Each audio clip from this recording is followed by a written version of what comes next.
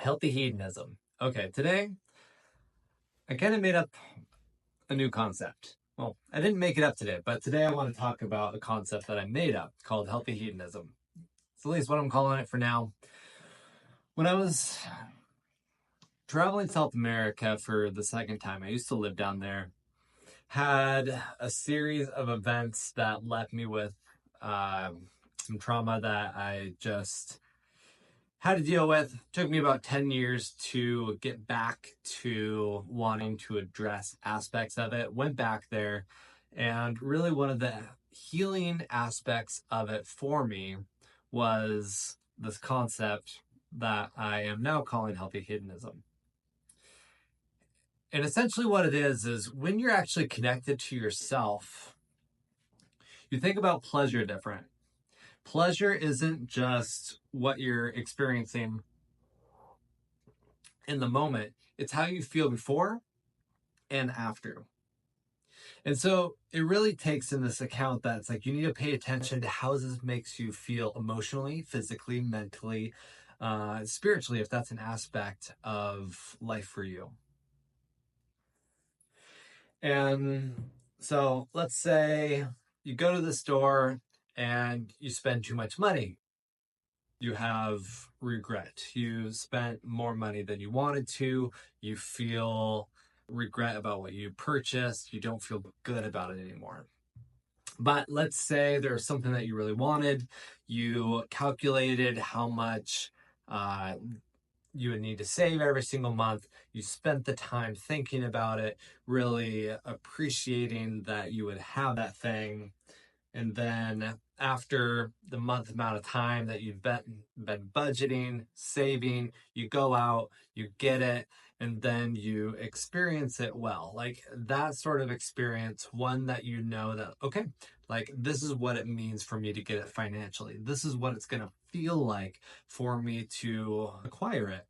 And in what way did you acquire it? Did you get it from Amazon? Is it something that actually came in line with your values? Or did you find maybe somebody on Etsy or a company that you're proud of that like when you have it, you actually really appreciate like, oh my gosh, like a person made this little iPod case and it is walnut wood, which I really appreciate the look of walnut wood, and this is going to protect my AirPods well. It has that function that I want. It's beautiful. I saved for it. Like each time I look at it, it adds appreciation within me, and it's like. But one thing that it didn't have this little hole in the back, and it was like, oh man, I couldn't press the button. Like that made me like it a little bit less. So I went through the time and I measured out where that button would be, and I found like how big of a hole, what drill bit I would need, and I figured out how to do it in a way where I wouldn't crack the wood and like how to reseal it. And like all of those things built in appreciation for me. And in a sense, like that is hedonism. It brought a sense of pleasure, like both the finding of it for me, the acquiring it, and it not going past my budget, my appreciation of it, the way that it functions and lives out with me. And so this word hedonism, I think oftentimes is used to be like, oh, they're so, hedonistic. And at least in the way that I'm understanding it, it has this feeling attached to it that you're going above and beyond your means. You're just going for like the desires of the flesh, which is very like Christian-y sort of phrase. But honestly, like that's a context that I came from. And so when I recoined like healthy hedonism, it's saying I know my emotions and I know myself, and I'm going about living my life in a way that's connected with me. It's like, let's say you want to go out and you love cheesecake or you love milkshakes, whatever it is. Let's say it's a milkshake. You love chocolate milkshakes. But you go out there, you get a 32-ounce chocolate milkshake, you're going to feel like shit afterwards. So if you actually know Like, all right, these are my fitness goals. This is how I want to feel like in my body after I have a milkshake. Um, Maybe if I do this with my friends and we do it on like a certain type of day, that if you have a sugar high, it's not going to make as much of an impact on you. Then it's like, boom, you're bringing in like people that you're valuing this with. You are bringing it and doing it in a time of day where it's not going to like maybe impact your sleep with all the sugar. Like you're doing it in a way where you're not going to feel sick afterwards. You're thinking about things holistically. If you're from a native community, you probably know this concept, but the medicine wheel. It's essentially like a lot of things in nature have four aspects to them. And like if we pay attention to the body, the emotions, the mind, and the spirit, then we're not ignoring parts of ourself. We are thinking about the whole thing, and like think we actually need a lot more healthy hedonism. Sometimes we try to tell ourselves to not do something, not do something, not do something, when what we need to actually do is find out what we want. It's like we need to know what we want more. Like you're wanting to have a healthy body, let's say, then you're going to pay attention to how things impact what your body feels like.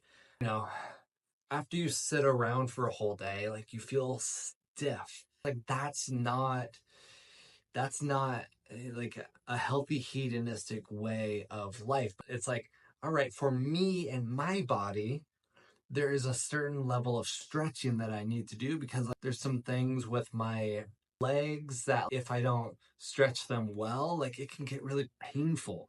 And so it's like it's actually hedonistic for me to stretch my legs and actually figure out how to do that for myself well. It's like this is decaf coffee. I went through actually figuring out what sort of decaf coffees taste really good and are made in a way that doesn't have chemicals. And so, after it's like 2 p.m., I switch to decaf because it doesn't impact my sleep, but I'm not compromising the way that it tastes. And the way that I even make coffee, it brings me a lot of joy.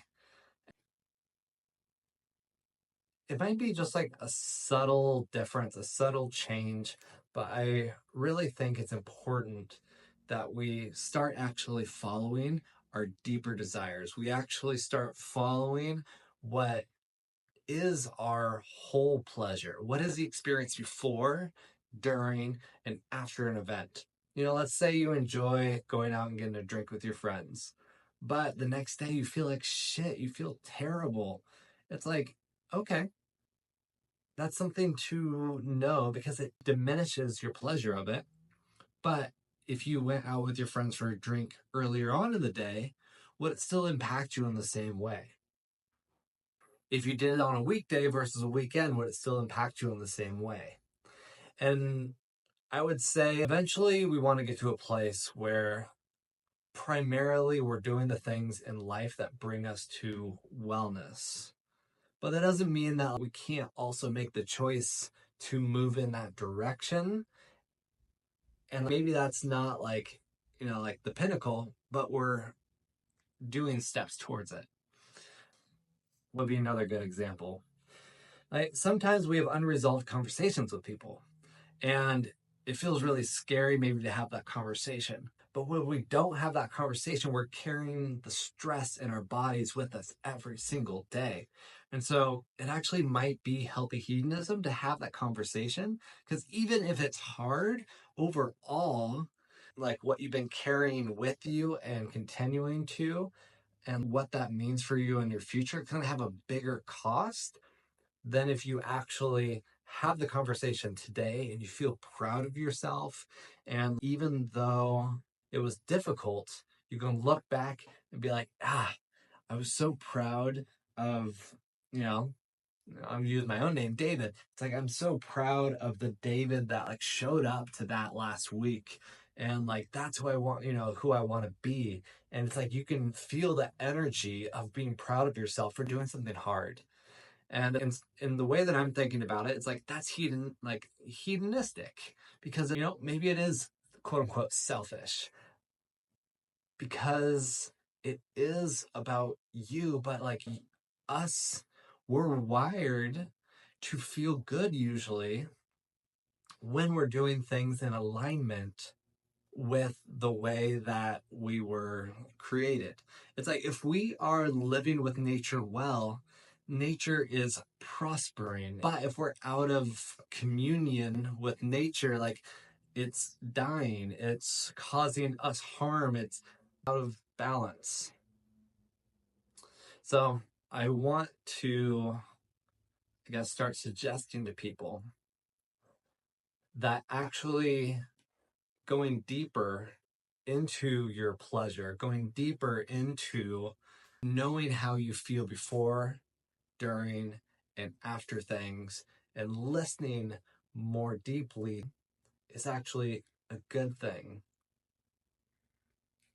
Stop only evaluating an event by how you feel in the moment. And when we start looking at the bigger picture, what the impacts are, how I feel during, after, before, even conversations with people. Like, do you feel anxious before you go and talk with someone? Do you feel anxious after you talk with them? Like, these can be cues, and it's not the whole story, but like things that we can start paying attention to know if it's actually good for us. Does it lead towards wellness? Does it lead towards you being well holistically?